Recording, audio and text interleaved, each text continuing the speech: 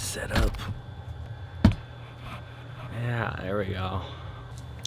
41 days. 41 days. Oh, wow, that is bright. There you go, that's nice. Need a little bit of front light, I guess.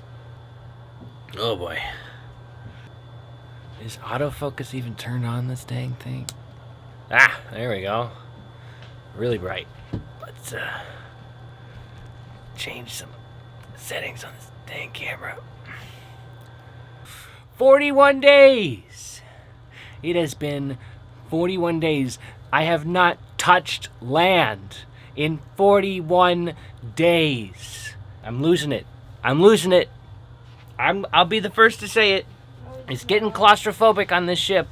You know, every once in a while, it'd be nice to touch land, you know? You know, you get solid ground, pavement, grass, asphalt, dirt. I miss it. I do. I genuinely do. So I'm just stuck in here playing video games. Nothing to talk about. I just want to make a video, you know? I was lying on the bed, wasting time watching YouTube videos, and then I was like, you know, Riley, you might as well just make a YouTube video. Do something productive with your life. So here we are.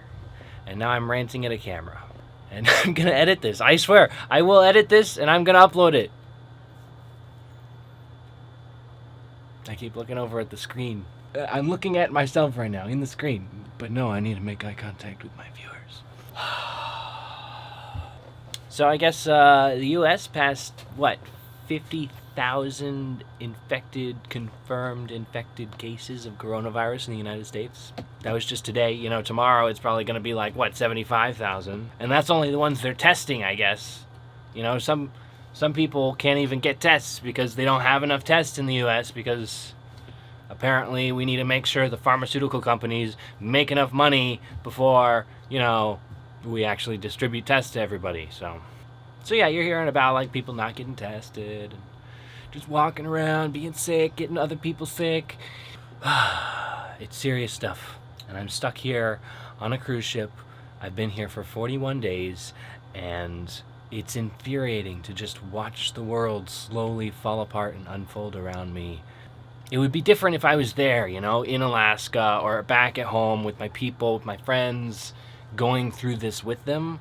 But I feel completely detached, like I'm in my own little bubble, away from all of it. You know, obviously, like, we don't have guests on my cruise ship anymore, so I'm definitely feeling the impacts of this, but at the same time, there are people in this world that are hurting way more than I am, and it is painful to have to watch that from a distance. You know, it's like I've been encased in this invisible bubble, and I can't get out, and I just have to watch the world burn slowly. And you know, the company is at the point where they are wanting to get us off the ship as quickly as possible. For one, because they're not making any money, and you know, they can't really afford to pay us at this point. And two, you know, just for our safety, for our well-being. You know, they want us to get home. They want us to weather out the storm with people we know. But it's mostly about their bottom dollar, which I don't have a problem with. You know, Royal Caribbean needs to protect their interests, otherwise I don't have a job anymore. So the problem is, like, you know, we've got the whole Royal Caribbean fleet. We got 24 ships. It is 24, right? 26 ships in the Royal Caribbean fleet. And we've suspended operations for the entire fleet for 60 days now. That's a really big deal for us. So, you know, Royal is sending all of those crew members home, except for, you know, a select few that's going to stay behind and make sure the ships don't fall apart while we're gone. I'm here on Quantum of the Seas. I'm in Asia. I'm in the thick of it. I'm where the virus started, and all the ports are closed. Everybody's closed. You know, we're usually going out of Singapore, right? Singapore hasn't even let us come alongside, like, dock at any one of their ports, let alone, you know, people getting on and off the ship. They haven't even let us pull our ship into one of their ports. They said no.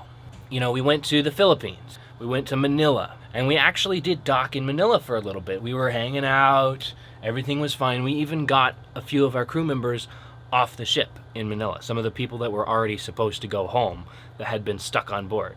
But now even Manila has closed their port. They've shut down. They're in lockdown. Everybody is social distancing and quarantine. So now we can't even go there. So we can't go to Singapore. We can't go to Manila. Where do we go? Well, our next option was Hong Kong, We're going to go to Hong Kong. It's a little farther north, it's a little out of the way. But at least they said they would take us. They were like, yeah, we know you've been quarantining your ship for a month already. More than 30 days at that point. We know you guys are probably fine. Nobody on your ship has even come remotely close to having a fever or showing any signs or symptoms of the flu or the coronavirus or anything. We know all that. But, we're still going to make you guys quarantine just in case for another 14 days. And that's fine. It's fine. Hong Kong needs to protect the interests of their citizens. It's important, to make sure that we're not going to end up getting off the ship and infecting a bunch of Hong Kong people. That would be sad.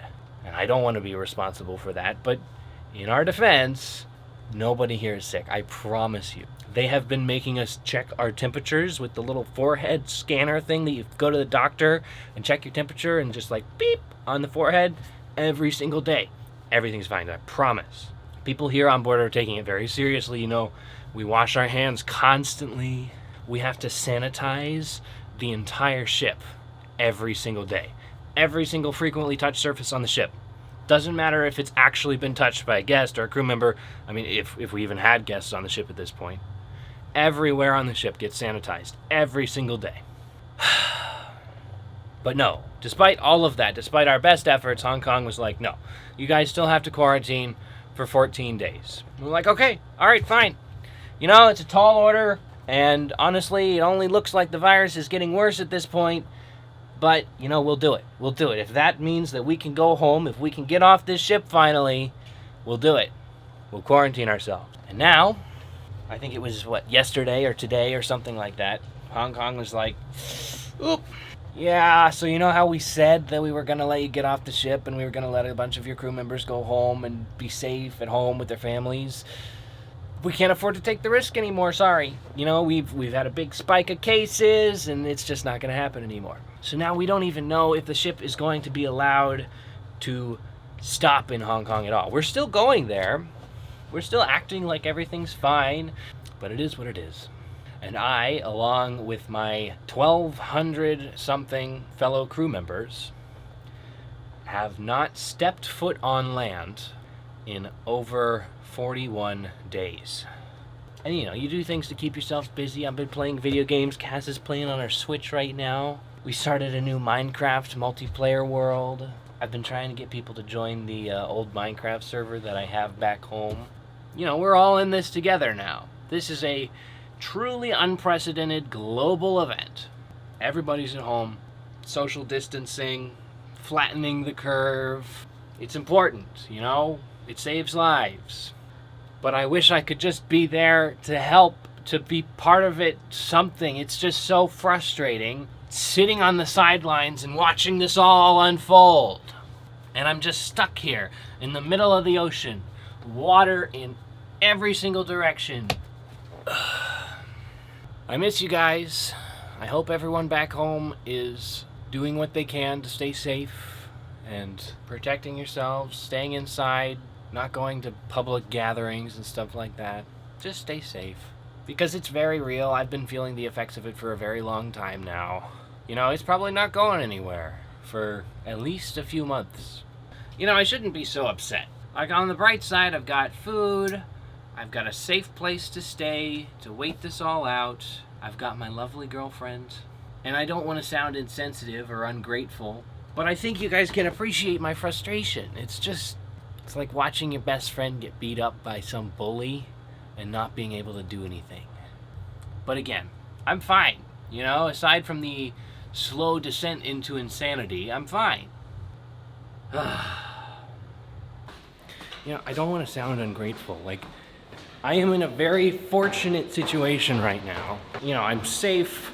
I'm surrounded by my coworkers and everything's fine, you know? Personally speaking, I am fine.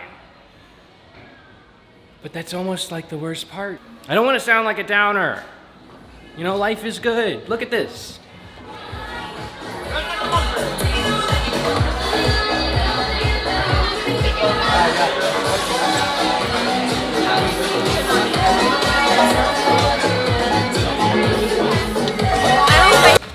Guys, I don't want to sound like a total downer. Like, obviously life is good. Humanity will prevail. We're gonna get through this together.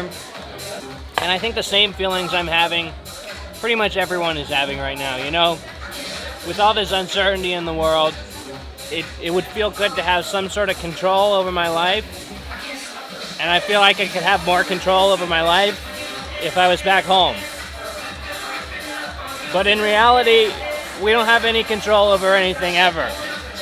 And I think this whole coronavirus situation is just highlighting that a little bit more. And that makes people uncomfortable, including me.